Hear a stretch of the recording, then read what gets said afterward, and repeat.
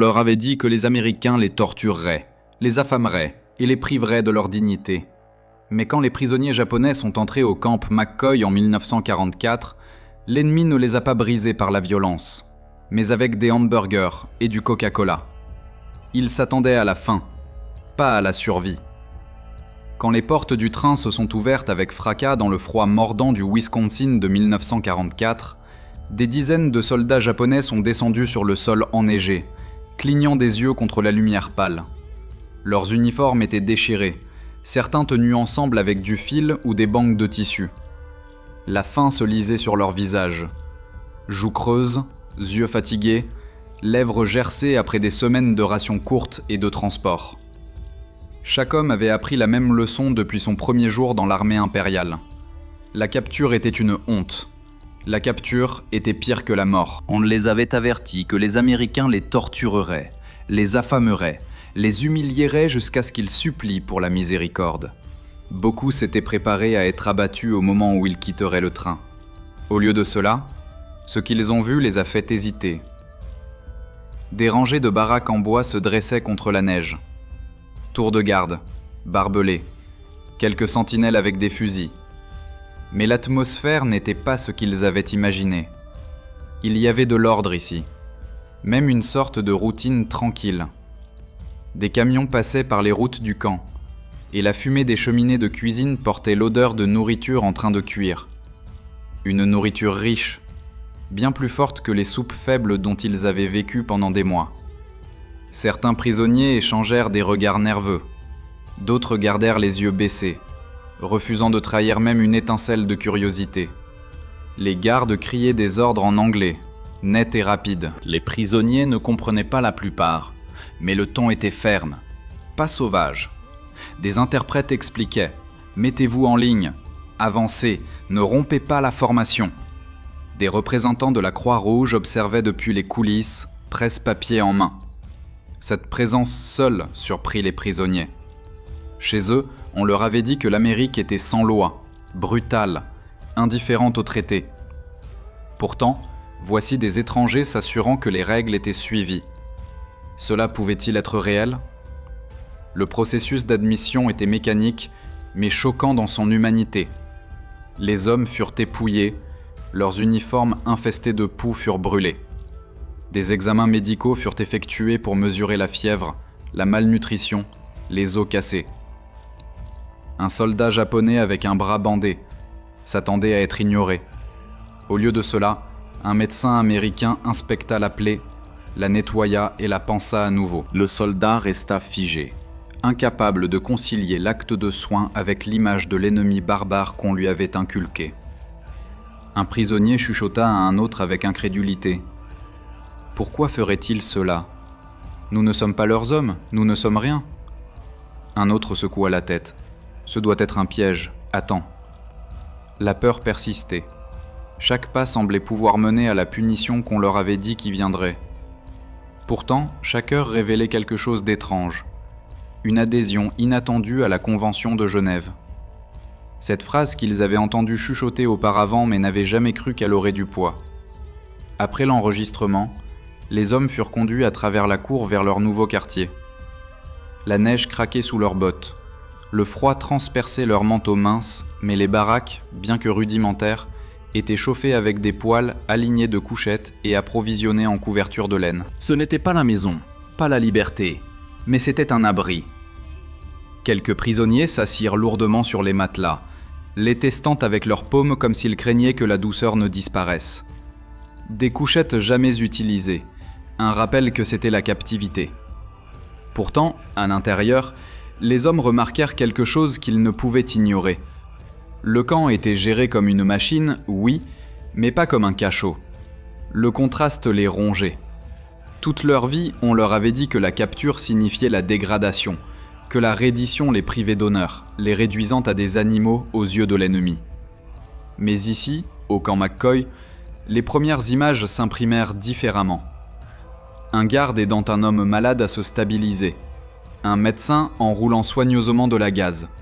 Un représentant de la Croix-Rouge vérifiant que les rations étaient distribuées équitablement. Les hommes ne se détendirent pas. Pas encore. Le soupçon vivait dans leur poitrine, comme un second battement de cœur. Mais quand la nuit vint et qu'ils s'allongèrent sur des couchettes sous de vraies couvertures, ils ne purent s'empêcher de se demander si le plus grand choc n'était pas la captivité elle-même, mais comment la captivité ne ressemblait en rien au cauchemar auquel ils s'étaient préparés. Pour des soldats qui s'attendaient à la cruauté, le premier jour au camp McCoy fut le début de quelque chose pour lequel ils n'avaient pas de mots. Mais le vrai choc ne viendrait pas avec les règles ou les baraques, il viendrait sur un plateau dans le mess. Hall, porté par l'odeur de viande et le sifflement de bouteilles de soda attendant d'être ouvertes. Le lendemain matin, les prisonniers ne se réveillèrent pas par des coups ou des insultes criées, mais par un appel de clairon. Le son en surprit beaucoup, non pas parce qu'il était fort, mais parce qu'il était familier. Ils avaient entendu le même son dans leur propre camp au Japon. Pendant un moment, certains oublièrent où ils étaient, mais ensuite, la réalité revint avec le claquement de bottes et les voix anglaises à l'extérieur. On leur ordonna de se mettre en formation, l'appel fut fait et ils furent dirigés vers le mess. La peur de ce qui pourrait venir ensuite pesait lourd dans leur poitrine.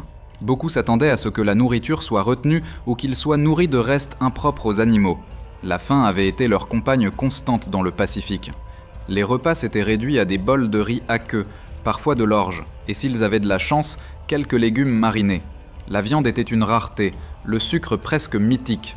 Mais avant la nourriture, il y avait des procédures. Les prisonniers furent rassemblés dans une grande pièce où un représentant de la Croix-Rouge s'adressa à eux par l'intermédiaire d'un interprète. Il expliqua leurs droits en vertu de la Convention de Genève. Ils seraient nourris, logés et autorisés à écrire des lettres chez eux. Ils travailleraient, mais seulement dans certaines conditions. Ils ne seraient pas maltraités. Ils seraient visités régulièrement par des officiels neutres pour s'assurer que ces règles étaient respectées. Les mots furent accueillis avec incrédulité. Certains hommes baissèrent les yeux, honteux d'entendre cela. D'autres chuchotèrent entre eux, peu convaincus. Un soldat murmura à son ami « Ils parlent de droit, mais nous sommes leurs captifs. Pourquoi se donneraient-ils la peine ?» L'interprète fit une pause pour permettre aux murmures de s'apaiser. « Ce ne sont pas des promesses, dit-il, ce sont des règles. Pour vous, pour eux, elles sont contraignantes. » Le poids de ces mots resta suspendu dans l'air. Après cela vinrent des examens médicaux plus approfondis que la veille. Un médecin pressa ses doigts sur des poignets minces, vérifia les dents, mesura la tension artérielle. Les prisonniers furent pesés, et beaucoup arrivèrent en dessous du poids. Certains Américains secouèrent la tête tranquillement devant les chiffres. La malnutrition était évidente. Pourtant, personne ne se moqua d'eux. Un caporal distribua même des vitamines, de petites pilules crayeuses qui déconcertèrent les hommes. Des médicaments pour les ennemis ? C'était presque insultant dans sa gentillesse. Dans l'après-midi, on leur donna des vêtements frais, des uniformes simples et utilisables, marqués de PW en grandes lettres. Les vêtements allaient mieux que leur reste déchiré du terrain. Certains prisonniers les enfilèrent lentement, hésitant comme si chaque point était une reddition d'identité. D'autres embrassèrent la chaleur, frissonnant moins alors que le vent du Wisconsin poussait à travers les fissures des baraques. Les gardes eux-mêmes étaient une autre surprise. Oui, ils étaient armés, stricts et vigilants, mais ils ne crachaient pas sur les prisonniers, ni ne les frappaient pour avoir bougé trop lentement. Ils imposaient l'ordre sans cruauté. Quand un prisonnier âgé trébucha sur le chemin glacé, un garde se pencha et le releva par le bras. Pas de coup de pied, pas de ricanement, juste un hochement de tête brusque avant de continuer. C'était profondément déroutant. Cette nuit-là, alors que les prisonniers étaient assis dans leur baraque, les conversations étaient basses et lourdes. « Peux-tu les croire ?» demanda un homme en fixant les poutres du plafond. « Ils parlent de règles comme si c'était un arrangement. Ne nous haïssent-ils pas ?» Un autre répondit « Ils doivent faire semblant de nous piéger, de nous faire parler. » Et pourtant, quand le silence tomba, l'odeur des cuisines se propagea à nouveau. Elle était épaisse, riche, grasse. Pas les soupes aigres et fines qu'ils connaissaient des îles, mais quelque chose d'entier, quelque chose de nourrissant. Leurs estomacs grondèrent involontairement, les trahissant. Les Américains, semblait-il, ne considéraient pas la nourriture comme une arme.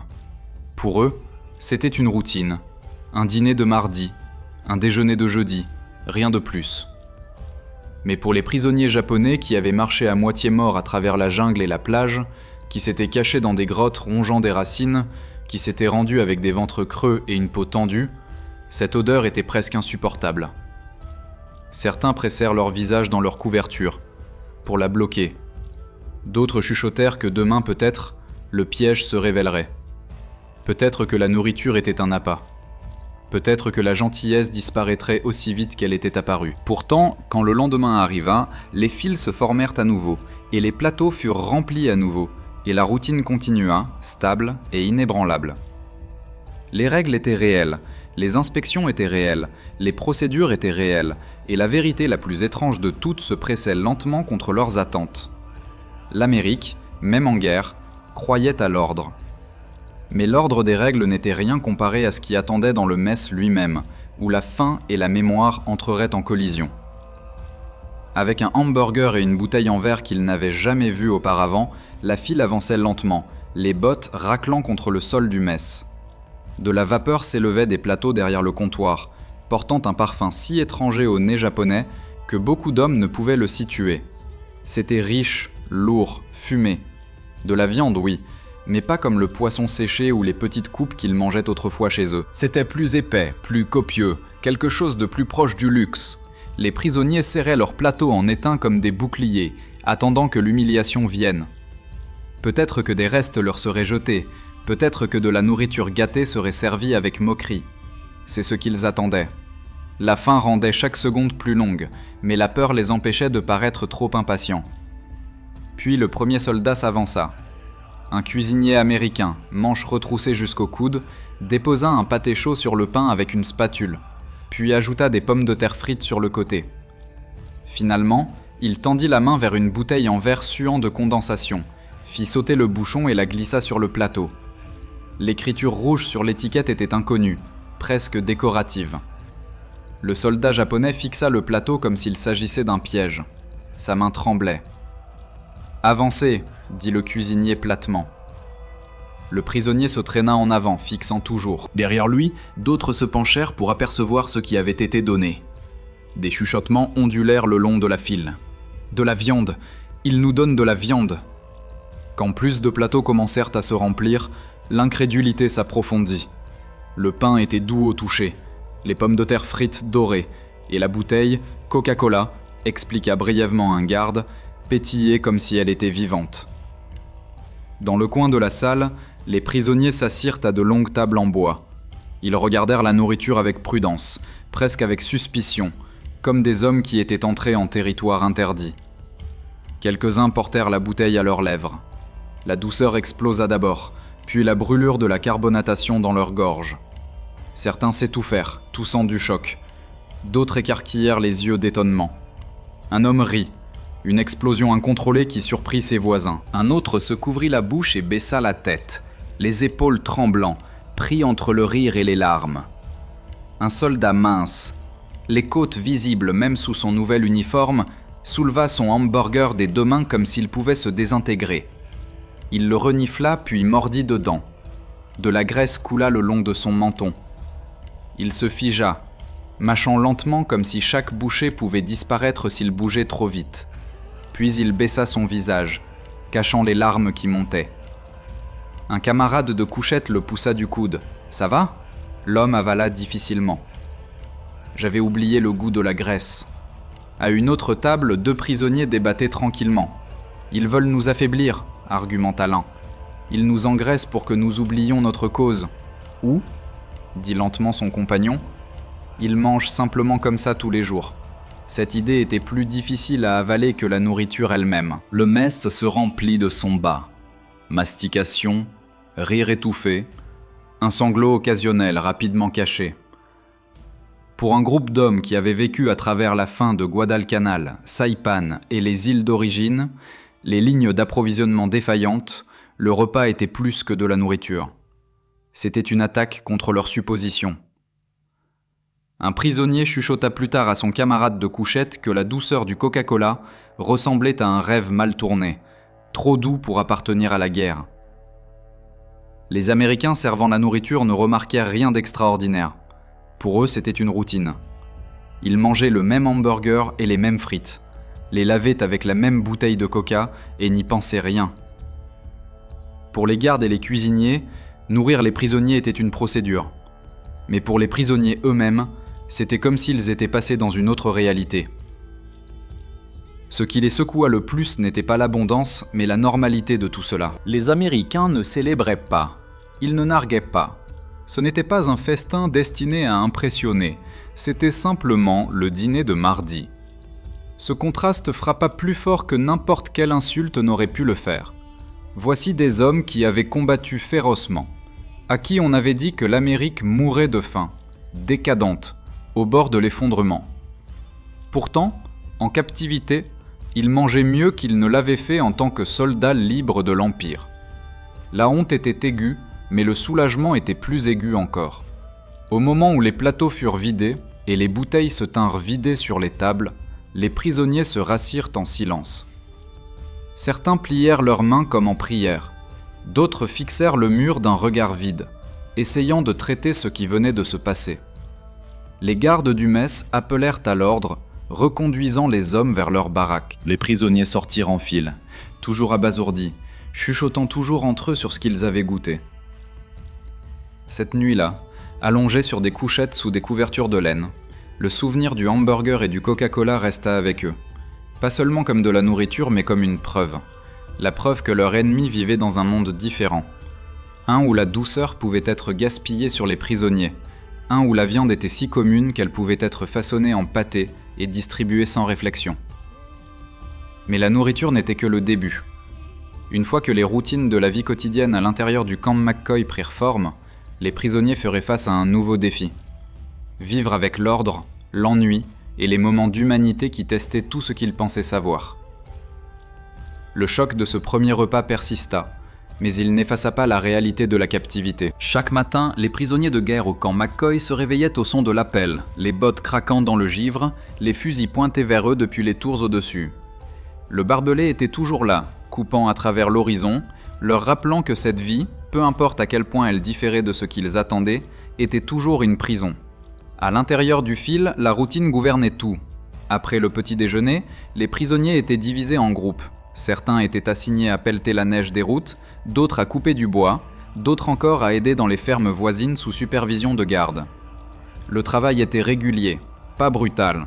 Cela surprit beaucoup d'hommes qu'il ne soit pas utilisé jusqu'à l'épuisement. Au lieu de cela, ils recevaient de petits salaires en coupons de camp, qui pouvaient être échangés contre des articles à la cantine du camp. Articles de toilette, papier à lettres, même des bonbons ou des cigarettes. Un après-midi, un soldat japonais tenait une barre de chocolat qu'il avait achetée avec ses coupons. Ses mains tremblaient alors qu'il la déballait. « Au Japon, murmura-t-il à un codétenu, c'est un médicament. Ici, il le donne aux soldats comme si ce n'était rien. » Son ami secoua la tête avec incrédulité. La cantine elle-même était un autre choc. Les prisonniers regardaient les soldats américains aller et venir, bavardant avec désinvolture, achetant du coca ou du chewing-gum, plaisantant avec le commis. La désinvolture de tout cela était presque insupportable. La guerre faisait rage en Europe et dans le Pacifique, et pourtant ici dans le Wisconsin, les Américains semblaient vivre comme si l'abondance ne tarirait jamais.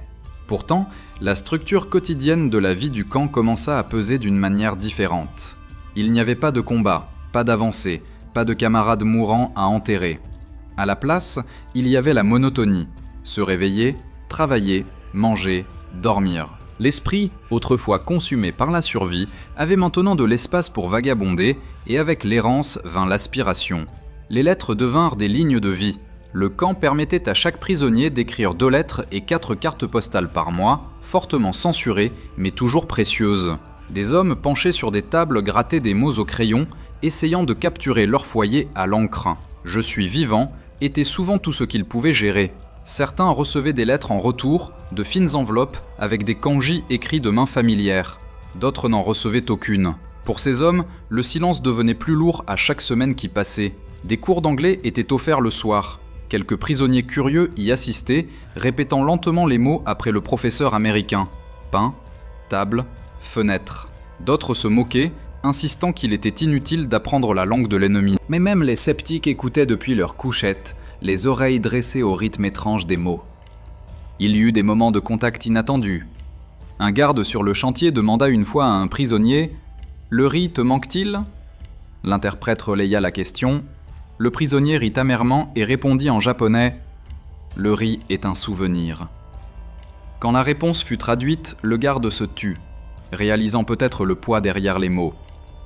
Toutes les interactions n'étaient pas si douces. La suspicion persistait. Certains gardes traitaient les prisonniers avec froideur, ne parlant jamais au-delà des ordres. Et dans les baraquements, des disputes éclataient entre les prisonniers eux-mêmes. Certains s'accrochaient férocement à l'idée que le Japon triompherait, que ces mois de captivité se termineraient par la victoire. D'autres, épuisés par ce qu'ils avaient vu, murmuraient que la défaite était inévitable. Une nuit, 2 hommes se disputèrent si bruyamment que le garde dut intervenir. « Tu déshonores notre patrie quand tu parles de défaite !» cria un prisonnier. « Et tu déshonores la raison en niant ce qui est devant tes yeux !» répliqua l'autre sèchement.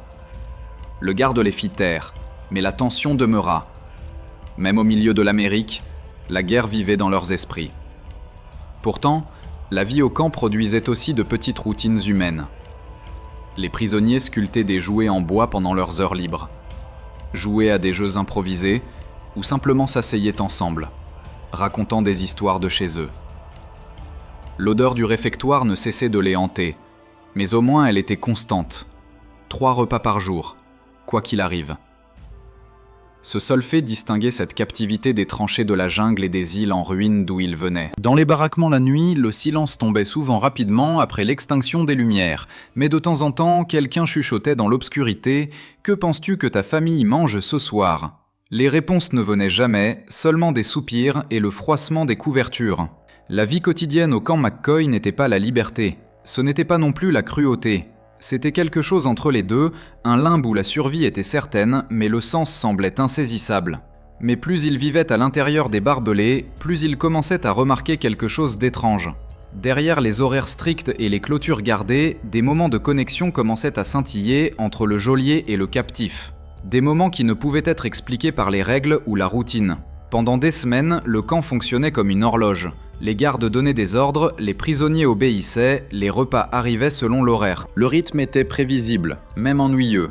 Mais entre ces routines, de petites fissures s'ouvraient où l'humanité se glissait. Des moments qu'aucune des deux parties n'aurait pu imaginer quand la guerre a commencé. Cela commençait souvent par la chose la plus simple, le langage. Peu de prisonniers japonais parlaient anglais au-delà d'une poignée de mots, et la plupart des Américains du camp ne connaissaient aucun japonais. Les ordres étaient donnés par des interprètes ou par gestes. Pourtant, la nécessité poussait les deux camps à improviser. Un garde pouvait pointer une pelle et aboyer « Travail ». Un prisonnier, captant le son, le répétait maladroitement sous son souffle « Travail ».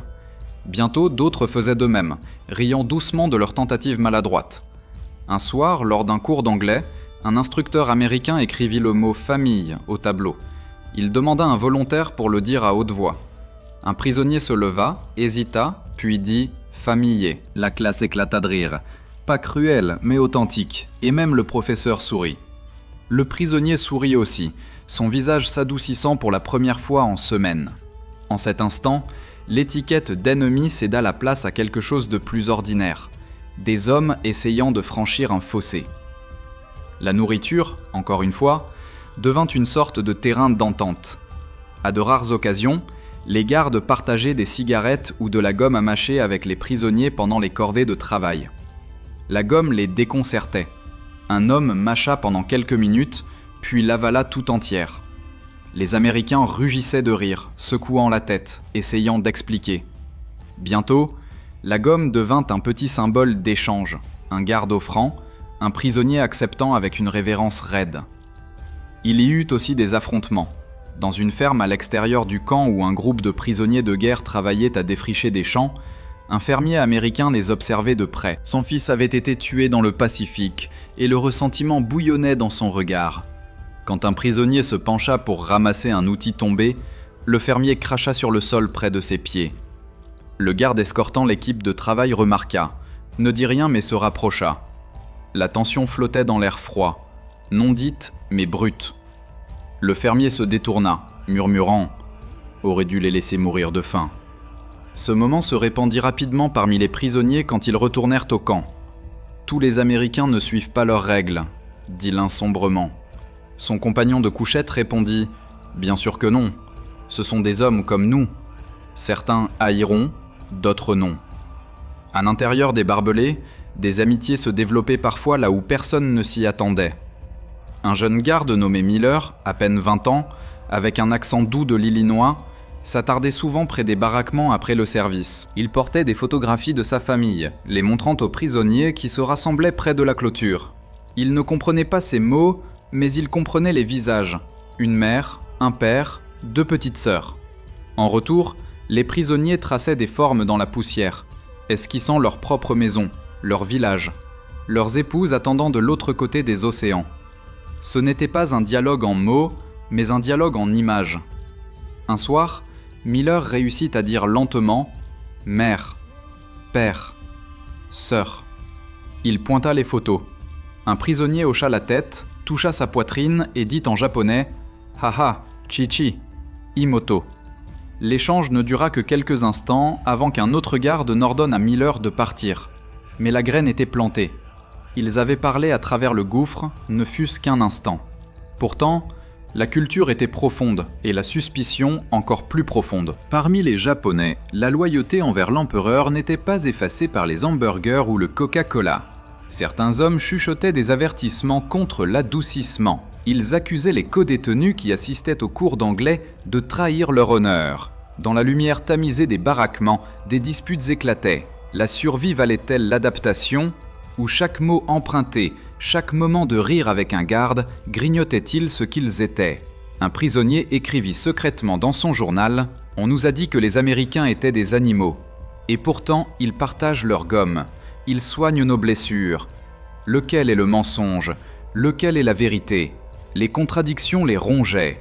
Pour certains, la gentillesse des gardes ressemblait à une humiliation, un rappel qu'ils vivaient mieux en tant que captifs que leur famille chez eux. Pour d'autres, ces mêmes moments laissaient entrevoir quelque chose d'inconfortable mais d'indéniable, l'ennemi n'était pas sans visage. Une nuit enneigée, alors que les lumières s'éteignaient à travers le camp, un prisonnier chuchota à son compagnon de couchette. « Si nous survivons à cette guerre, que dirons-nous à nos enfants ?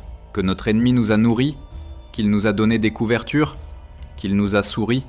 Le compagnon resta silencieux longtemps avant de répondre doucement. « Nous leur dirons la vérité, même si cela nous fait honte. » Mais la vérité était compliquée, et alors que la guerre se traînait vers sa fin amère, les contradictions à l'intérieur du camp McCoy ne faisaient que s'alourdir jusqu'à ce que les prisonniers soient forcés de faire face à la question de ce que la loyauté signifiait vraiment. À l'hiver de 1945, les rythmes du camp McCoy s'étaient installés dans quelque chose que les prisonniers n'auraient pu imaginer quand ils descendirent du train pour la première fois. La faim ne creusait plus leur visage aussi fortement. Le travail, bien que fatigant, ne brisait pas leur corps. Ils écrivaient des lettres chez eux, certains osant même demander aux gardes comment épeler des mots anglais. À la surface, la vie semblait gérable. Pourtant, sous cette surface coulait un conflit profond, qui s'aiguisait à mesure que les semaines se transformaient en mois. Comment pouvaient-ils réconcilier ce traitement avec la haine et la loyauté qu'ils portaient encore dans leur cœur ? Chaque nuit, des débats enflammaient les baraquements. Certains argumentaient farouchement que tout cela était une tromperie, que l'Amérique feignait seulement de bien traiter les prisonniers afin de les affaiblir, de voler leur esprit avant le rapatriement. Un homme se leva une nuit, la voix dure. « Ne vous laissez pas tromper, notre empereur exige la force, pas le confort. Chaque hamburger que vous avalez est une trahison. » D'autres, las de la souffrance, ripostèrent « Nous sommes vivants » contre l'un, et si la survie est une trahison, alors qu'a accompli le fait de mourir de faim à Saipan ? Le silence suivit ces mots. Le silence et la honte. Les lettres de la maison faisaient piquer les contradictions encore plus fort. Quand un prisonnier reçut la nouvelle que sa famille à Osaka survivait avec des herbes bouillies et des restes d'orge, il tint le papier dans ses mains tremblantes, tandis que l'odeur du rôti de bœuf dérivait du réfectoire. Le gouffre entre sa vie de prisonnier et la leur en tant que civil sous les raids de bombardement devint insupportable. « Je mange comme un soldat », confessa-t-il doucement, tandis que mes enfants meurent de faim. Ce n'était pas seulement la nourriture. La chaleur elle-même devint un symbole. Dans les baraquements chauffés par des poêles, avec des couvertures de laine et des bottes solides, les hommes se souvenaient de leurs familles frissonnant dans des maisons en bois, avec des vitres brisées par les raids aériens. La captivité leur offrait la sécurité, mais elle approfondissait leur culpabilité. Certains prisonniers s'accrochaient plus fort à la propagande, la répétant comme des prières.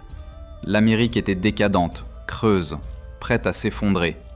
Mais les preuves autour d'eux se moquaient de ces mots. Au camp, Les bouteilles de Coca-Cola arrivaient par caisse. Les cigarettes étaient disponibles non seulement pour les soldats mais pour les prisonniers. Les équipes de travail voyaient des fermiers américains avec des tracteurs, des granges pleines de bétail, des champs qui semblaient infinis.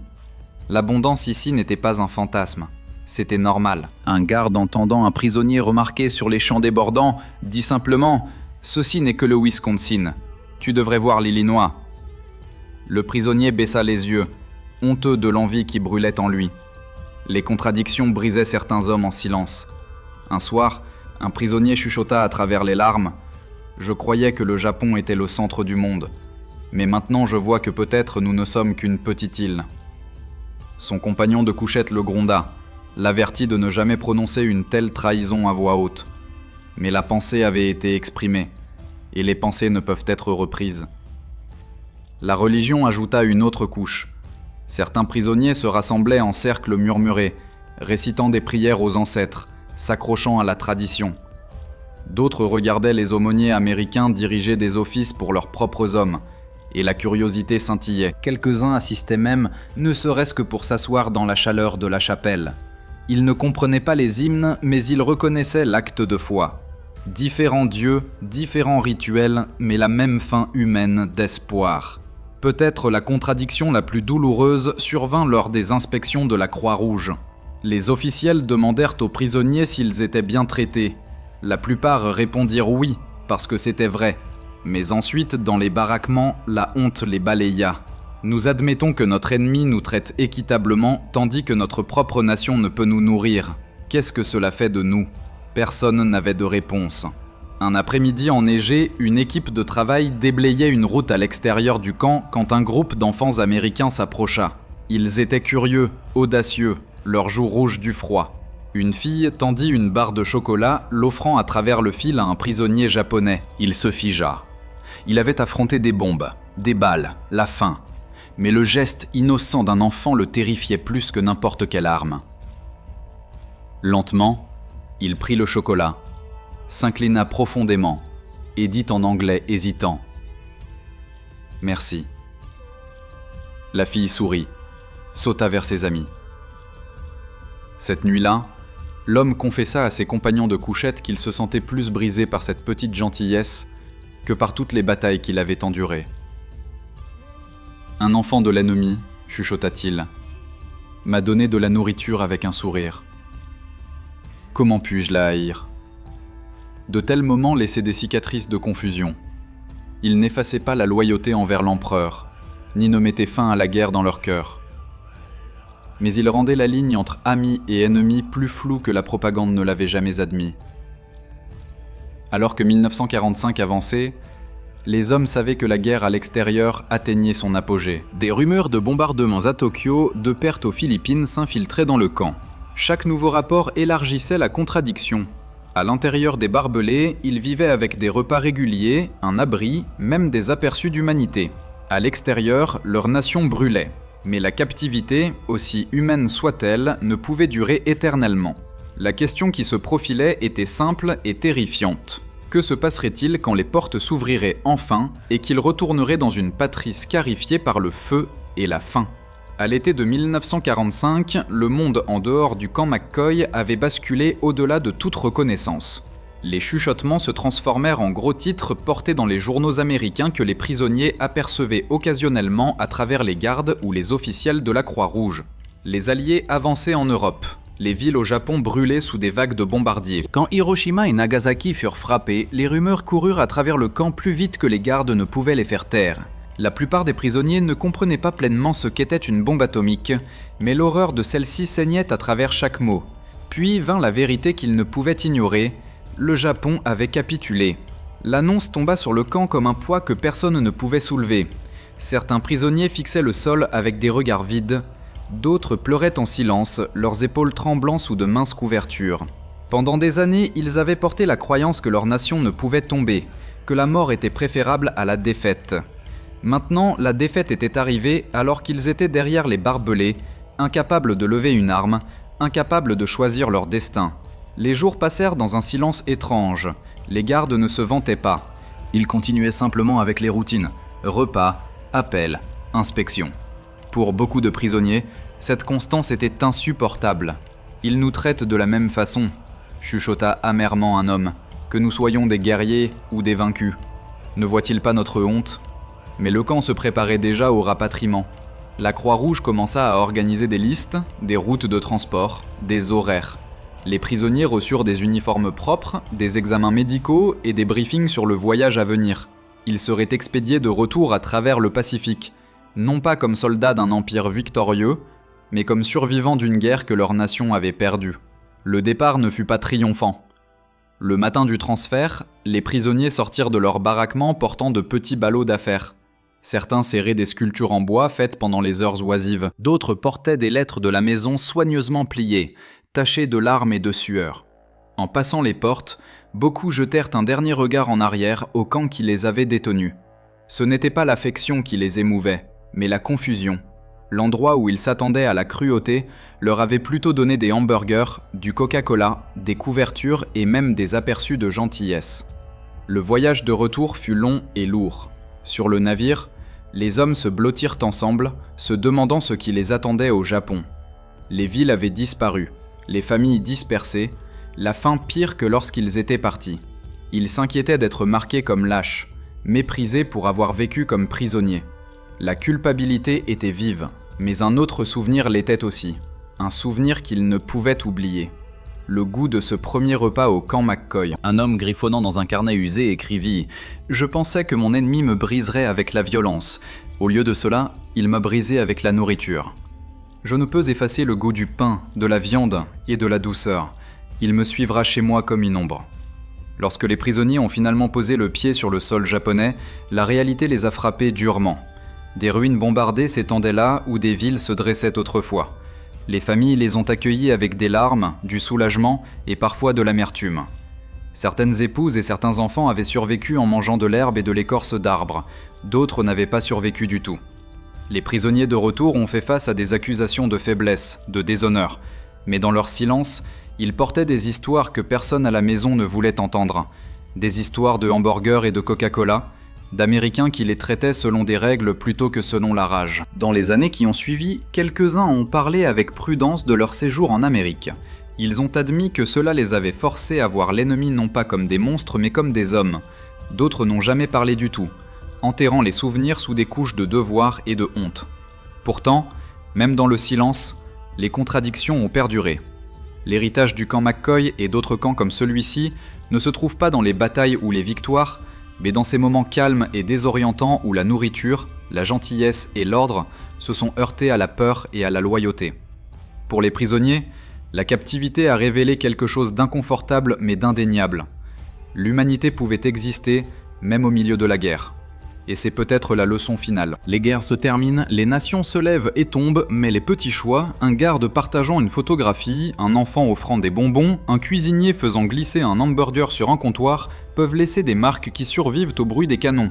Pour ces prisonniers japonais, le goût du Coca-Cola et la graisse d'un hamburger sont devenus des symboles de contradiction, mais aussi de survie. Ils ont rappelé aux hommes que même les ennemis peuvent montrer de la miséricorde et que parfois la miséricorde coupe plus profondément que la haine. Comme un prisonnier l'a dit à son fils des années plus tard, « J'ai appris en Amérique que la gentillesse est plus difficile à porter que la cruauté.